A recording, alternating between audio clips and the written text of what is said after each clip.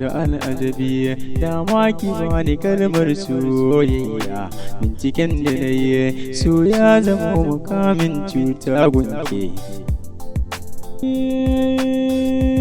kin faɗa mini so da baki ashe baki a cikin zuciya ba kin sakan raɗaɗi kin sanya zuciya na ta zubar hawaye na san da zaki tuno kalaman da ke ka furta min da baki ni za na baka kula masoyi ba za na so kuma ware ba kamata so kika san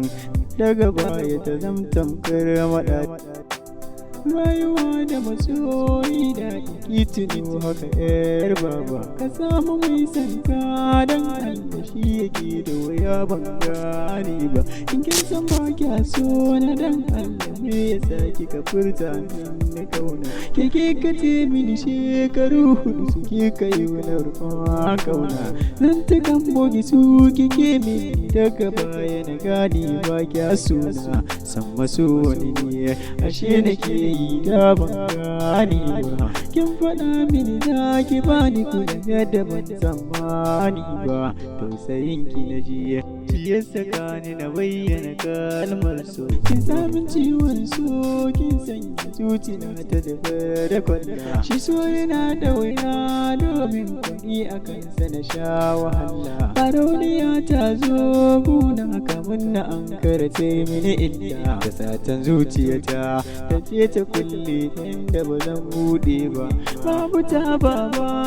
na amfani da ke zan yi soyayya akwai wata shi muna a tare sati guda uku sai kika soya saurayin ki na da shi ne kike so ni ban gane ba suna faɗa mini soyayya ta kogi ce kwanke na ce da su lallai ne akan san ki ne ban fara ba je babu da niyya soyayya wai ashe cuta kika shirya daga kanki na jiya kana tsane shi so ba zan koma ba lokacin na je gwamnati zuciyata na duka zuciyata na ga yamin wahalatuwa zan yi babu shakka daga ranar ne inda yi kiran waya ba ta ɗauka ko da nan aika ba za ta dawo min ko da amsa ba shawara na bida masoya ya zan da ita cikin raina ko in nemi gurbin ta duban ubar baya shi ya hana ni ina shawarar ku yan matan zamanin da ku sauya an yi ƙarya da ana so na hayo da ya aka shirya kana yadda ce in nemo ta ƙara kaifin yau da na ka kuyi nazariya so da cuta ba daidai ne ba